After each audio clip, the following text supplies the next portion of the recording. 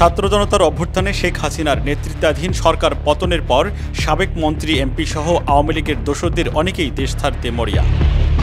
দালাল সিন্ডিকেটের সহায়তায় কেউ কেউ ভারতে ঢুকতে কোটি টাকাও দিয়েছেন, তবে ২০ লাখের নিচে কেউ ঢুকতে পারেননি।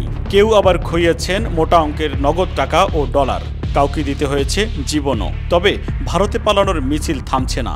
এই সুবাদে লাভবান হচ্ছেন ভারত বাংলাদেশ সীমান্তের বিভিন্ন পয়েন্টে থাকা চিহ্নিত দালালরা। অভিযোগ আছে ভিআইপিদের অনেকে পার হওয়ার সময় দুদেশের প্রশাসনে লোকজনের সহায়তা নিয়েছেন, যদিও এ বিষয়ে কেউ মুখ খুলতে নারাজ। আওয়ামী লীগের দোসরদের সাজানো প্রশাসন হওয়ায় কৃতজ্ঞতা প্রকাশ করতে অনেকে তাদের নির্বিঘ্নে দেশ ছাড়তে সব ধরনের সহায়তা দিয়েছেন এবং এখনও দিচ্ছেন। হাসিনা পালিয়ে যাওয়ার পর ৫ আগস্ট মধ্যরাতে খোদ আওয়ামী লীগের সাধারণ সম্পাদক ওবায়দুল কাদের যশোরে চলে যান। সেখান থেকে তাকে গুরুত্বপূর্ণ একটি নিরাপদ স্থানে আশ্রয় দেওয়া হয়। পরদিন তিনি বিশেষ প্রহরায় সীমান্ত অতিক্রম করেন। বিষয়টি যশোর ও বেনাপোলের বেশ কয়েকটি দায়িত্বশীল সূত্র নিশ্চিত করেছে, তবে তারা পরিচয় প্রকাশ করে কথা বলতে নারাজ। এমন খবর নিশ্চিত হওয়ার পর স্থানীয় বিক্ষুব্ধ জনগণ বিক্ষোভও করেছেন।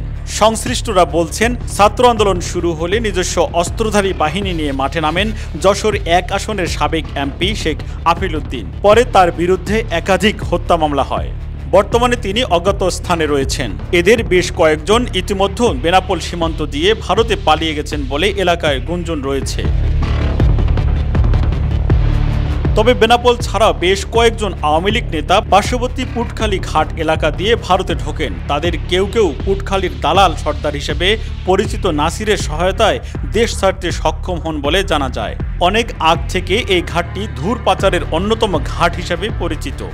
এছাড়াও রঘুনাথপুর এলাকার দালাল বাদশাহ মল্লিক ও কলারোয়া সীমান্তের ভাদিয়ালি ঘাটে আক্তার চন্দনের সহায়তায় অনেকে ভারতে ঢুকছেন। আওয়ামী লীগের লোকজনকে সীমান্তের ওপারে সহায়তা করছেন কুখ্যাত ভারতীয় দালাল গৌতম দাস ও বাবুরাম।